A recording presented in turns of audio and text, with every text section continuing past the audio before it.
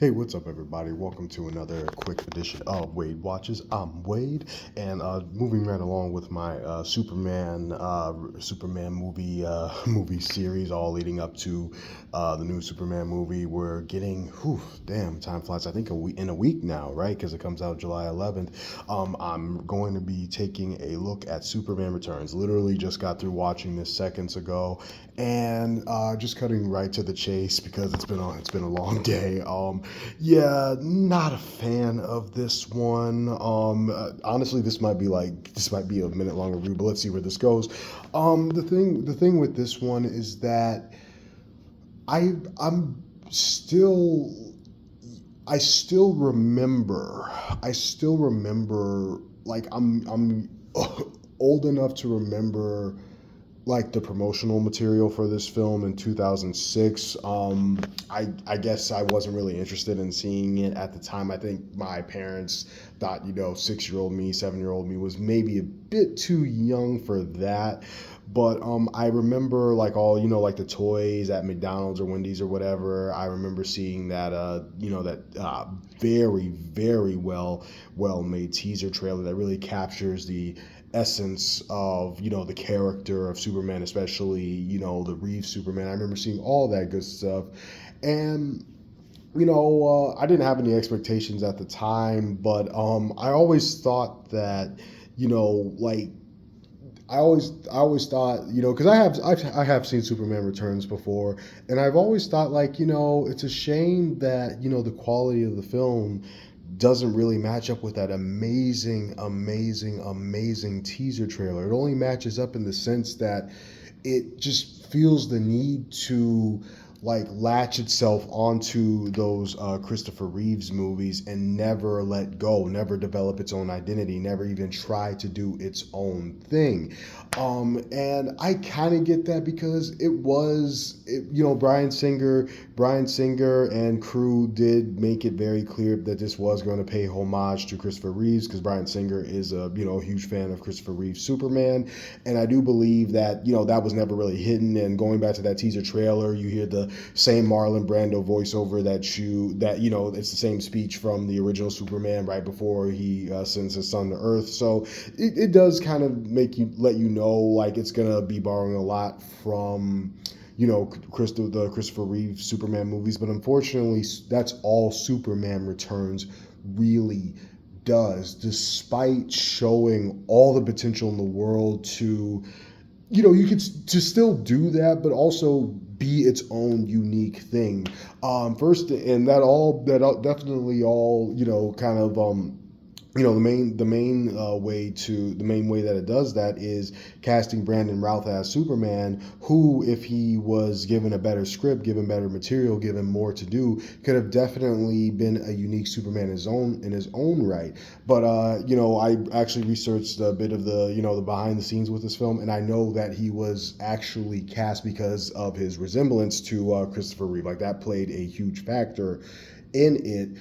And, again, that's really a shame because had he, not been directed to do more than just do his best Christopher Reeves impersonation, which unfortunately is what he's doing in this movie, I think he really could have been, a great Superman in his own right.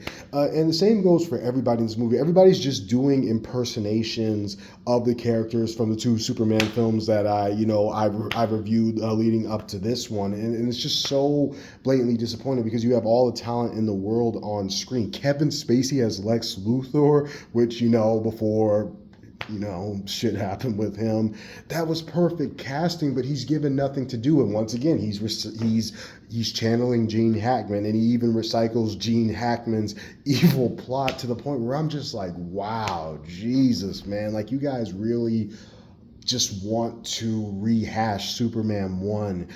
And it's just so disappointing to me when it doesn't always do that. There are those things that it those plot points that this film doesn't spend any time on, that it barely utilizes, are brilliant. There are nuggets of brilliance within this thing where if you have fleshed that out, if you have focused on that instead, if this had been, taken more center stage, that could have been something really interesting, something that we haven't seen from those Christopher Reeve Superman movies, but it never really does that. So yeah, but for what it's worth, I still enjoy Brandon Routh as Superman. I definitely enjoy Kevin Spacey as Lex Luthor. Wish both were given more to do. Everybody else is fine too. Again, they're really just doing those impersonations of those characters from the original films.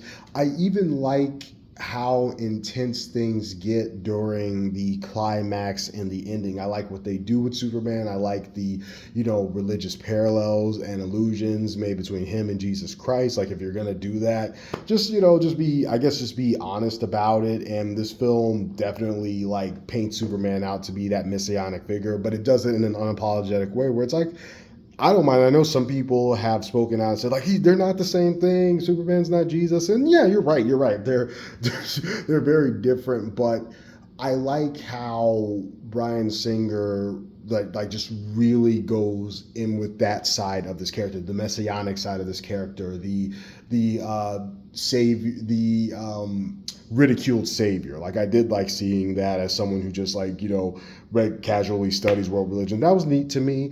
I liked a little twist that happens in the movie. It's kind of odd. It's not like the biggest twist in the world. You can probably see it coming from a mile away, but I like that. I wish more time was spent on that. I wish more was done with the character involved in that twist, because I just wanted to see more of it. I wanted to see him do more.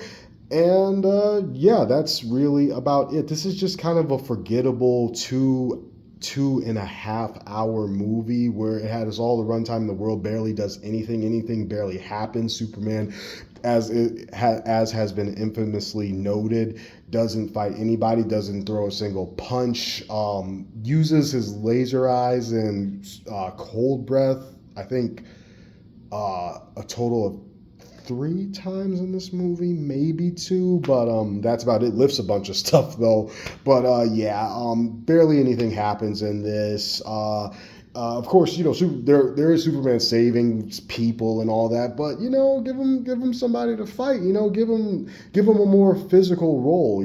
Give him a more physical presence. But this movie doesn't even do that. So wrapping it up, I'm gonna go ahead and give Superman Returns a 5.5 out of 10. It's middle of the road. There are a lot of things to be liked, but the movie doesn't flesh them out at all. The plot is recycled from the first Superman. You even have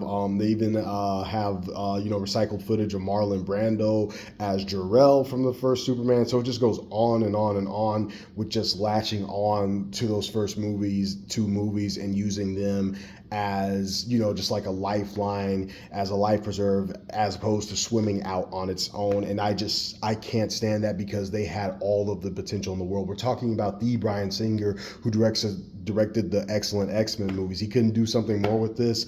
I don't know all the behind the scenes thing. I don't know if it was studio interference. I don't know if it was Singer. I do know Singer's was a huge, like I said, Christopher Reeve fan, so it might have been him, but it still might have been the studio that tied his arms behind his back. I don't know. I will definitely be looking further into it now than I already have, because wow, what went wrong here? But it's a 5.5 out of 10 for Superman Returns. This has been another edition of Wade Watches, recapping all the Superman movies, or at least I hope to, before we get Superman on July 11th. And stay tuned for more, because next time we're going to the dark side. We're getting a bit gritty. What are your thoughts on Superman Returns? Feel free to let me know in the comments below. Please like, share, and subscribe if you like what you've seen here, and I will be back with more. Namaste.